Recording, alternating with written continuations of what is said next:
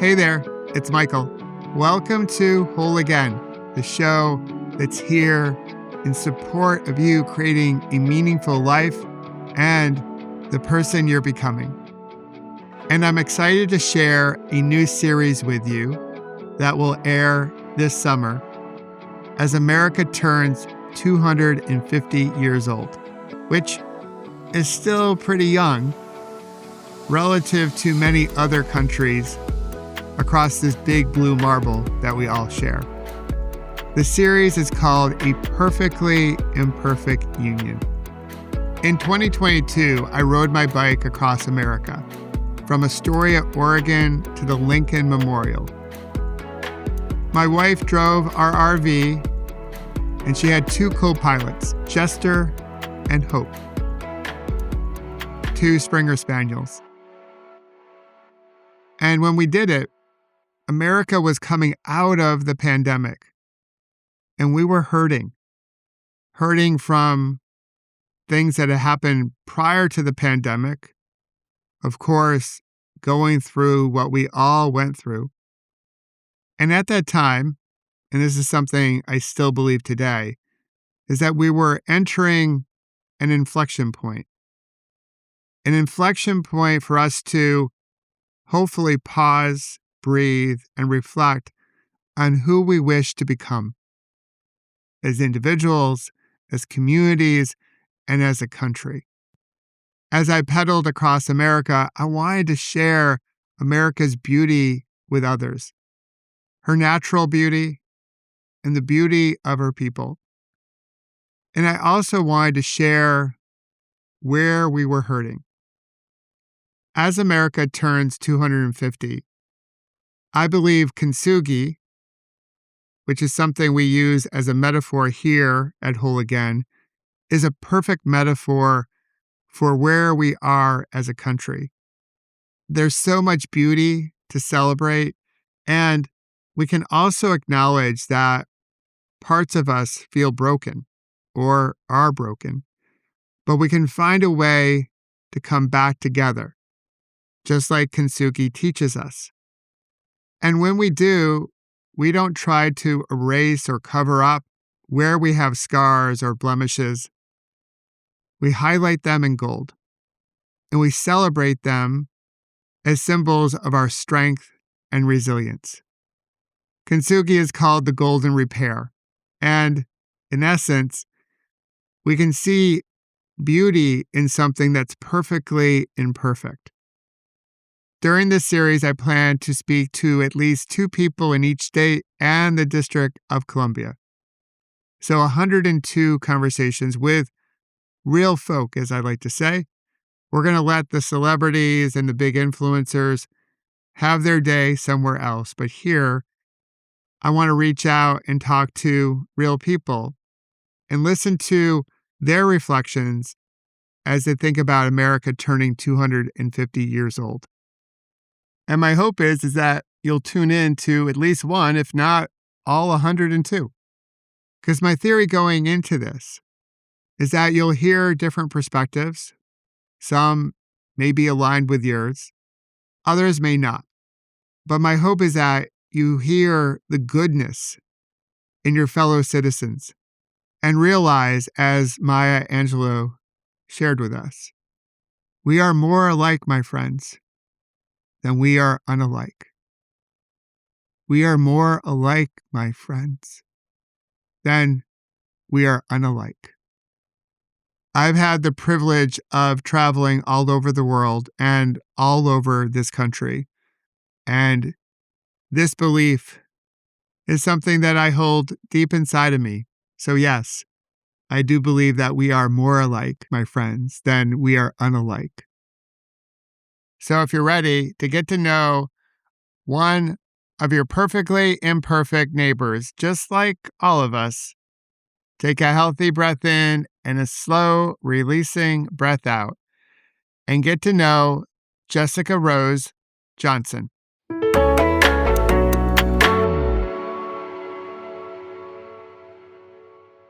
Jessica Rose, so good to see you. Thanks for doing this. Thanks for joining me on A Perfectly Imperfect Union. How are you today? I'm doing great. I'm so excited to be here, and I love the essence behind what you're doing, and I'm thrilled to be able to be a part of this. Well, I'm so thankful that you accepted a random outreach by some dude on the East Coast to join me. This is awesome. I also totally dig the ripple effect that you're putting into the world. So I've had a chance to read up on some of your work, but for those that don't know who you are, can you take a moment to introduce yourself and also let us know what state you are living in currently? Yes, I'm Jessica Rose Johnson. I live in Oklahoma City, Oklahoma. I'm a Marine Corps veteran, an author, keynote speaker. I host the Unbreakable Hope podcast, and I am a recent widow after caring for my husband Andrew for 6 years with his second brain cancer diagnosis. So, a big part of my mission is just helping people love deeply through life's hardest seasons because we all go through them, but reminders that hard things don't end us. So, yeah, my life's been shaped a lot by military service, caregiving, and losses that I've experienced, but more than anything, I'm just been shaped by gratitude and hope from really training my brain to focus on the light because if not, the darkness will definitely consume us. Absolutely. I'm so sorry for your loss of your passing of your husband. And um, I know that it takes a lot to go through, and we all go through that process a little bit differently. And thank you so much for your service to the country. But what you shared is so true. Like we can allow the darkness to consume us, and somehow we try to find some light as a counterbalance, and maybe we hold both at the same time, like the darkness and the light, and the goodness and the not so goodness, and that's how we find a way to navigate through all of this. So I've been asking folks, as America turns 250 or has already turned 250, but we have a whole year to celebrate this birthday, what America means to them. So if you're around the picnic table, a little barbecue, and your friends and family ask you, "Hey, what does America mean to you, Jessica Rose?" What do you say? How do you respond? I think a big thing that America means to me is freedom. A lot of us take it for granted for how much that we have, but think of how much of a blessing and a joy it is to be able to wake up every day in a country that has fought for its rights. And are we perfect? Absolutely not. But the thing that I think is so cool about America is that we have the freedom to make it a better place. Well, so many other places don't. So when I think of like the red, white, and blue, and I think of standing up for the national anthem, I just think of how grateful I am that I'm here in America and I'm able to be on this podcast right now with you. And I'm able to speak about things with you because so many other people don't have that ability where they're living. Yeah, it's so true. Other people have underscored this sense of freedom, and the people that have shared it, much like you have shared it, they've traveled a lot internationally. And I'm not sure how much travel you did through your military service, but when we get outside of our own little town or our own state, and we explore, we can appreciate some of the things that we have that we do take for granted, because it's not this way in other places in the world.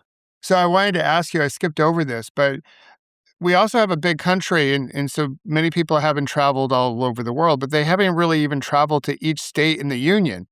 So, if for those that don't know much about Oklahoma, except maybe the Oklahoma, Thunder, Oklahoma City, that's their that sports defines us all, right? In some ways, so they know the Thunder, but beyond the Oklahoma City Thunder, what's something really cool about Oklahoma that people might not know about if they haven't been to your state?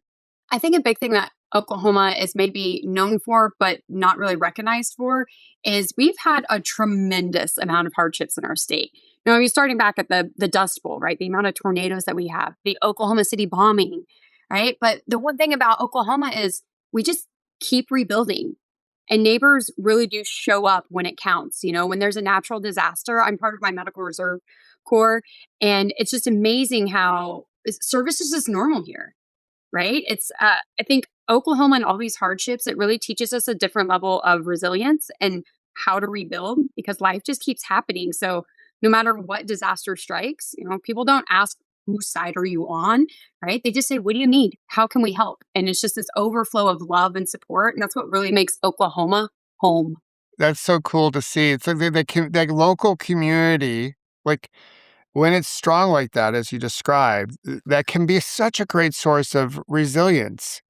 Because we don't necessarily get back up by ourselves. We get back up together. And, to have that be part of like almost like the sense I get as you're sharing, it's part of the Oklahoma DNA. It's just like this is people like us do things like this. We help each other in times of need and also in good times. We got each other's back and we don't necessarily have to all think the same way about things. Yeah. Just like sports teams, like you Just like said. sports team, absolutely, Yeah. absolutely. So, this country has some great stories of how people came to this country, came to this land. So some folks, their past generations of their family were here long before it was known as the United States of America. Some people have come here through other means, through force. That's their story of coming to this land in this country. And then there's a whole bunch of families that have an immigration story, or they've come from different lands to come to build something better here. Do you know much about your family's story of coming to America? Yes, I actually kind of like the two branches. My mom's side through storytelling, it's my I may track this wrong, but it's like my mom's dad's mother was full-blooded Blackfoot Indian. But it's really hard to get actual like evidence or proof, or the lineage is really hard to trace on that. But on my dad's side, he was able to trace our lineage all the way back to Scotland. But Oh, as far wow. as America, we were here before America was the United States, because every generation in my family had served in the military all the way back to the Revolutionary War. So I'm actually a blood lineage of the Daughters of the Revolutionary War. My Wow. grandfather served in the Navy. Both my parents served in the Air Force, serving in the Marine Corps myself, my husband serving in the Navy. It's just my whole family has this military legacy and service. But that's kind of our journey. My dad has traced us all the way back to Scotland, to how we got the spelling of our name, and we have a coat of arms. And it's really cool because Wow, I that's love so cool. history. There's so much behind it. Yeah, I interviewed Maggie Mick from Louisville, Kentucky. She also has lineage back to the Daughters of the American Revolution, so going way back. And so she and her family like went all the way back to their first home as the family. It used to be like Ben Franklin's home in Philadelphia. It was like it was like so cool. So like when we can trace our history back, it tells us this wonderful story, and sometimes it's messy and complicated, as sometimes families are, but like it brings a level of context and some richness to like who are we, right? And so by all sounds of things, you are part of a family who shows up for service, which is so cool. It's like that's how we built this country. So it's really cool that your family goes back all those different generations and has those ties to military service. That's cool. Yeah, I love it. And it's such an honor to be able to continue that legacy. Yeah, absolutely. Absolutely. So one of the things that obviously is in the news a lot is just we talked about coming together as Oklahomans do, but we also have like a thread out there on social media or regular media about how divided we are and how like we may not be perfect, and what is perfect, right? We all have some blemishes and wrinkles. So I use the Japanese art form of kintsugi as a metaphor for this series, and also just my overall podcast. Like things can break, but we can come back together, right? And we can actually highlight those fractures, those broken spots, and they become symbols of our resilience and strength, the golden repair, if you will.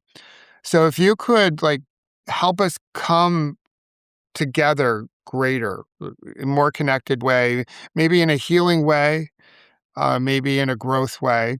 It may not be perfect, but it's a good first step. What would you like to work on to help us form that better connection? I think communicating. We live in such a lonely society. There's lots of things that go into that. And I think a big thing that people were just not talking anymore. It seems like every topic has become taboo. Or if we are talking, it's more like we're talking to perform. We're not we're not talking because we're curious. We're not asking questions to get to know people, and we've stopped listening. It almost seems like when we converse, it's transactional. And I'm grateful that my husband and I were big communicators, especially in the early stages of our relationship and through our marriage, because we had all these meaningful, important, hard conversations before life got hard when our hardships stripped that ability away. Yeah. And I feel like if we really truly listen to people, people are willing to tell us what they need. But I think we just don't communicate enough. And if we did, we would discover that we really have a lot more in common than we think we do, and stop listening to outside sources trying to tell us what and how to think. Yeah. Oh, that's so prevalent nowadays.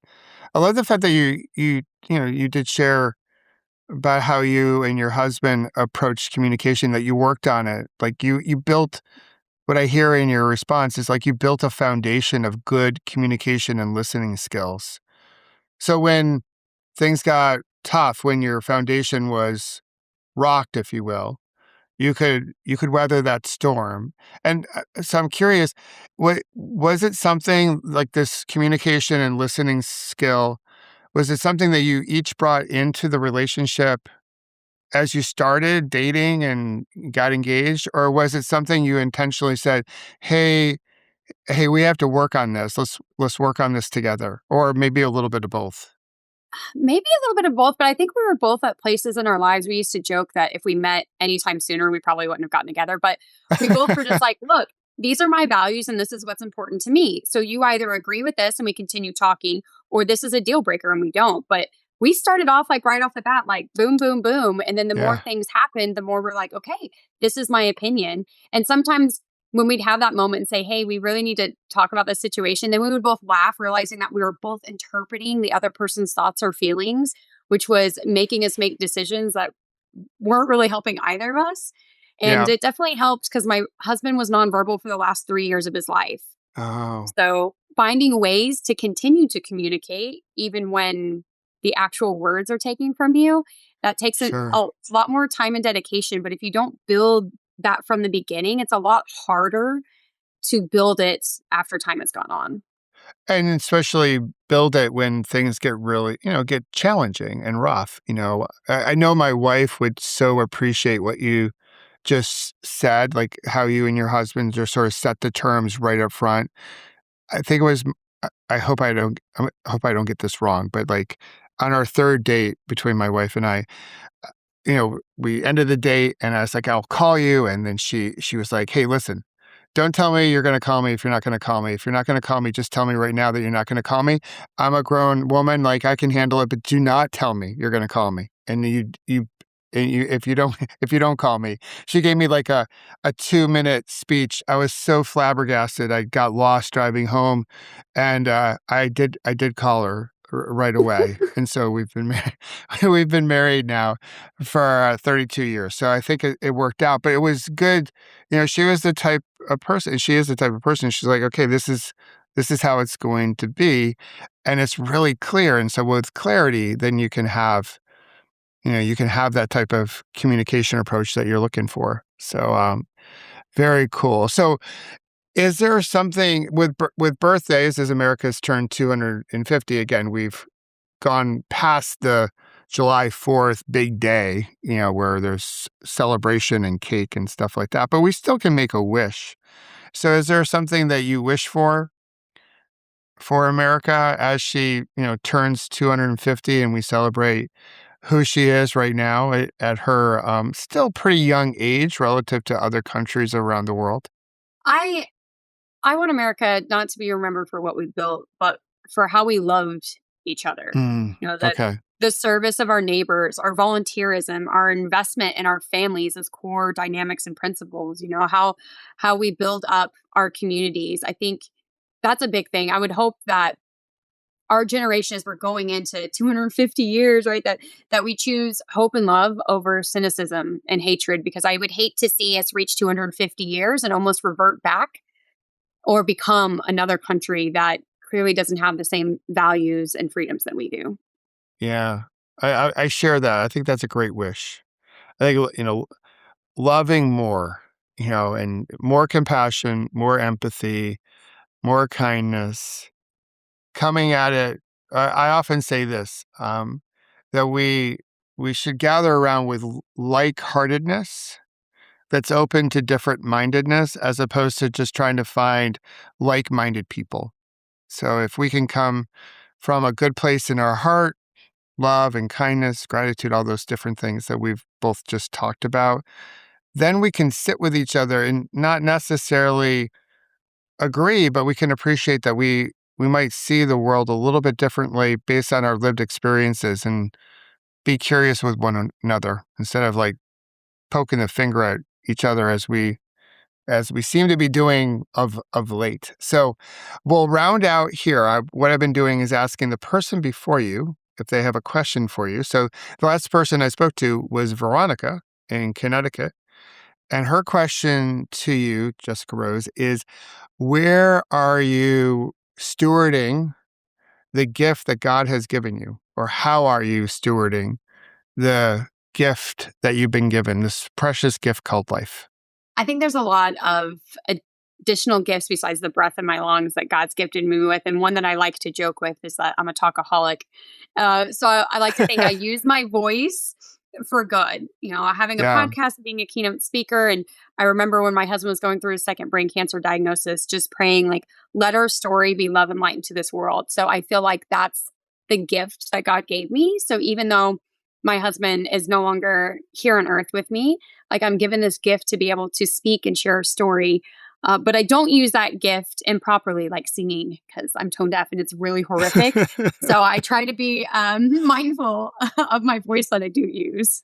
Well, we might be able to have a battle about like who's worse at singing. If you ask my daughters, they will say, "Oh, it's definitely you, Dad." Like we would back in the day when American Idol was a little bit more popular, we would watch it as a family, and I would say like, "I'm not as bad as that guy, right?" And they're like, "No, you're worse." So yeah, I was like, "All right, that's cool. I know my place. I think I know. We both know like where our strengths lie and what we should avoid, and that's good. That's that again, good clarity to move forward. So I love it. I think you are using your voice in such a great way to help many, and again, keep keep pulling this thread of service that's part of your story and your family's story. So it's a beautiful ripple effect to put into the world. So what question do you have for the next person I chat with in our series? I would love for them to give some advice on what's one thing that people could do today to make this country a better place. So just one thing. Yeah, cool. Well, I think one thing might be being on this series. Like that's part of the goal is to share like real everyday folk putting good ripples into the world, and hopefully people can see their story and other people's stories and realize that we're not alone, that we can figure things out. We can be that hand that lifts people up, just as you mentioned, like as Oklahomans do. And with that, we can form a more perfectly imperfect union together. So I love it, Jessica Rose. I thank you so much again for accepting a random outreach and joining me here and all that you're doing to help us create a better tomorrow for not just some of us, but for all of us. So I appreciate you again. Thanks for being here. Thanks for having me. And I think what you're doing is wonderful.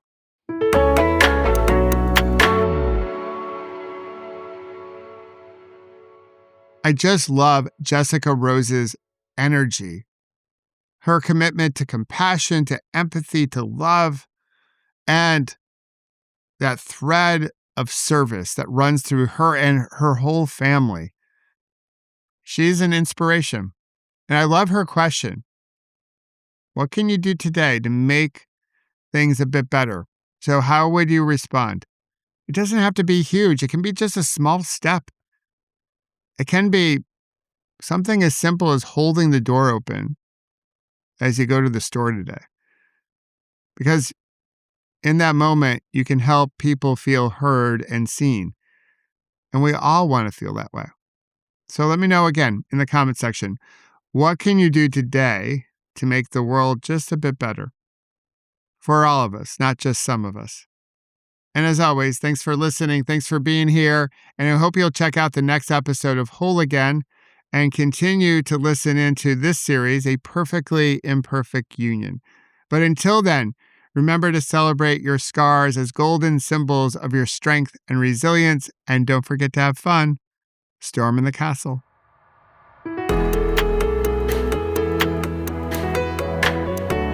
And if you wish to learn more about creating beautiful ripples and how to prevent a bad moment from turning into a bad day, please visit my website, michaelobrienshift.com, and sign up for my newsletter called The Ripple Effect. And join us each Monday, Wednesday, and Friday here at Whole Again and discover how you can heal, grow, and become more resilient. And celebrate our scars as golden symbols of strength and resilience. Until then, remember, you can always come back to your breath. You've got this, and we've got you.